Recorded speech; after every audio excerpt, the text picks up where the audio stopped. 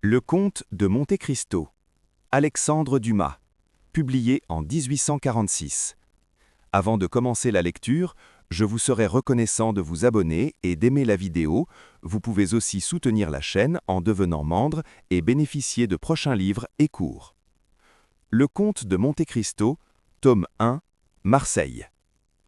Le 24 février 1815, la vigie de Notre-Dame de la Garde signala le 3 mâts le Pharaon venant de Smyrne, Trieste et Naples.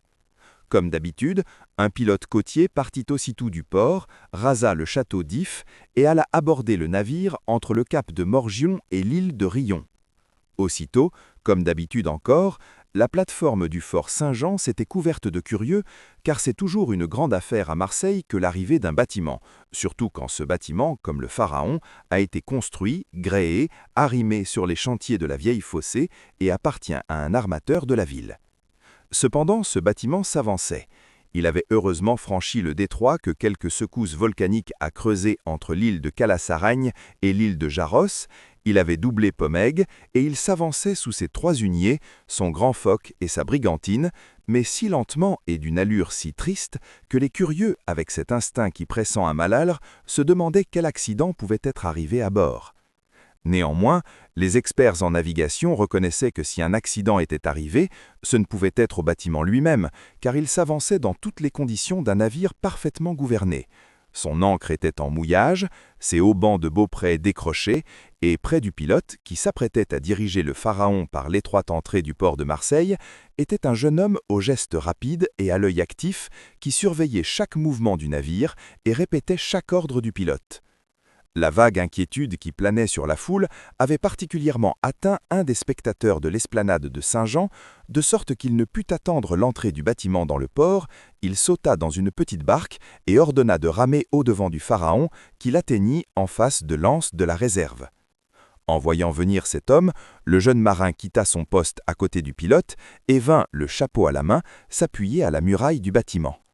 C'était un jeune homme de 18 à 20 ans, grand, svelte, avec de beaux yeux noirs et des cheveux d'ébène.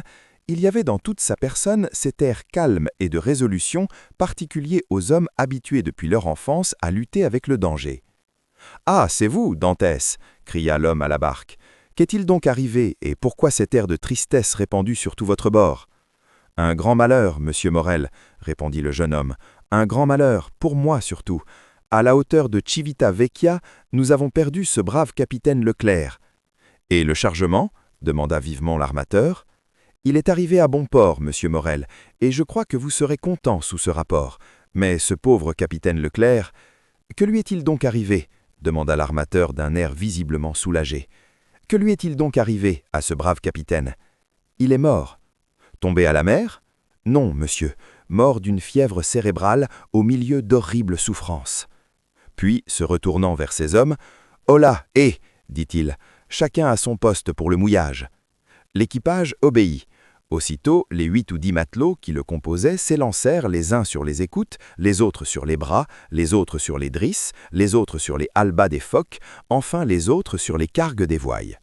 Le jeune marin jeta un coup d'œil nonchalant sur ce commencement de manœuvre, et voyant que ses ordres allaient s'exécuter, il revint à son interlocuteur. « Et comment ce malheur est-il donc arrivé ?» continua l'armateur, reprenant la conversation où le jeune marin l'avait quitté. « Mon Dieu, monsieur, de la façon la plus imprévue. Après une longue conversation avec le commandant du port, le capitaine Leclerc quitta Naples fort agité. Au bout de 24 heures, la fièvre le prit. 3 jours après, il était mort. Nous avons fait les funérailles ordinaires, et il repose, décemment enveloppé dans un hamac, avec un boulet de 36 pieds aux pieds et un aux têtes, à la hauteur de l'île du Guillot. Nous rapportons à sa veuve sa croix d'honneur et son épée. C'était bien la peine, continua le jeune homme avec un sourire mélancolique, de faire 10 ans la guerre aux Anglais pour en arriver à mourir comme tout le monde, dans son lit. « Dame, que voulez-vous, monsieur Edmond ?» reprit l'armateur qui paraissait se consoler de plus en plus. « Nous sommes tous mortels, et il faut bien que les anciens fassent place aux nouveaux. Sans cela, il n'y aurait pas d'avancement. Et du moment que vous m'assurez que la cargaison est en bon état, monsieur Morel, je vous en réponds. Voici un voyage que je vous donne le conseil de ne point escompter pour 25 000 francs de bénéfice. » Puis, comme on venait de dépasser la tour ronde, « Range à carguer les voiles d'hunier, le foc et la brigantine, cria le jeune marin. Faites penaud. L'ordre s'exécuta avec presque autant de promptitude que sur un bâtiment de guerre. Amen et cargue partout. Au dernier commandement, toutes les voiles s'abaissèrent et le navire s'avançait d'une façon presque invisible, ne marchant plus que par l'impulsion donnée. « Et maintenant, si vous voulez monter, monsieur Morel, dit Dantès, voyant l'impatience de l'armateur, voici votre comptable, monsieur Danglas, qui sort de sa cabine et qui vous donnera toutes les informations que vous pouvez désirer. Quant à moi, il faut que je veille au mouillage et que je mette le navire en deuil. » L'armateur ne se le fit pas dire deux fois.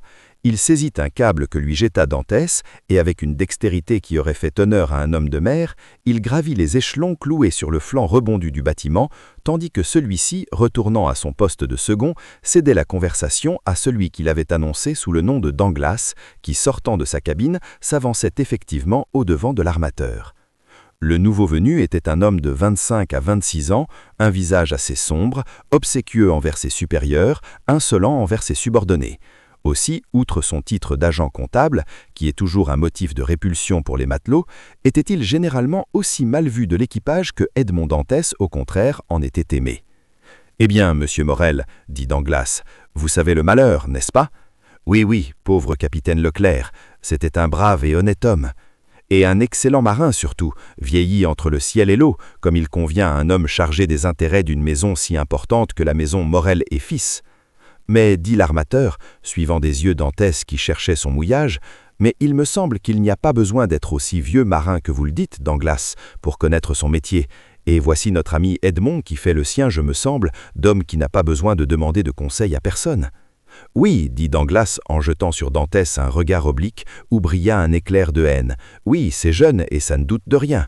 À peine le capitaine est-il mort qu'il a pris le commandement sans consulter personne et qu'il nous a fait perdre 1 jour et demi à l'île d'Elbe en lieu de revenir directement à Marseille. Quant à prendre le commandement du navire, c'était son devoir de second.